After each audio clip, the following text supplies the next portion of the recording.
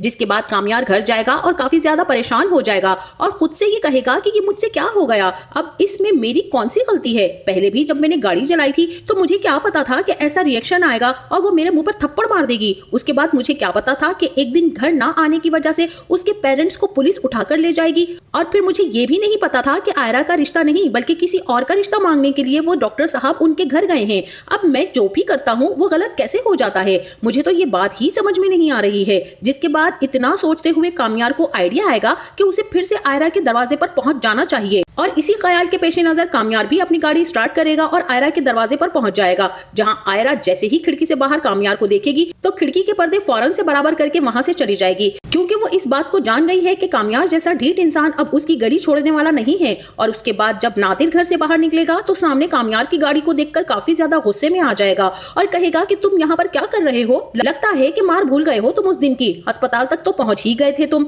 अब एक मर्तबा और मारना पड़ेगा तभी तुम्हें अकल आएगी। और नादिर की ये बातें सुनने के बाद कामयार कहेगा कि बेटा तुम औकात पे रहो, तुम अच्छी तरीके से जानते हो कि पहले वाली अभी मैं भूला नहीं हूँ, अब अगर मैंने कंप्लेन कर दी ना तो तुम सीधा अंदर जाओगे और वापस कभी भी नहीं निकल पाओगे। अभी तक मेरे पास वो पेपर्स मौजूद हैं और अगर तुम हवालात की सैर नहीं करना चाहते तो सीधी शराफत से अपने घर चले जाओ, मैं यहाँ पर बैठूं या कहीं पर भी बैठूं, तुम्हें क्यों मसला हो रहा है। जिसके बाद कामयार तो वहीं पर बैठ जाएगा और नादिर डर की वजह से अंदर आ जाएगा।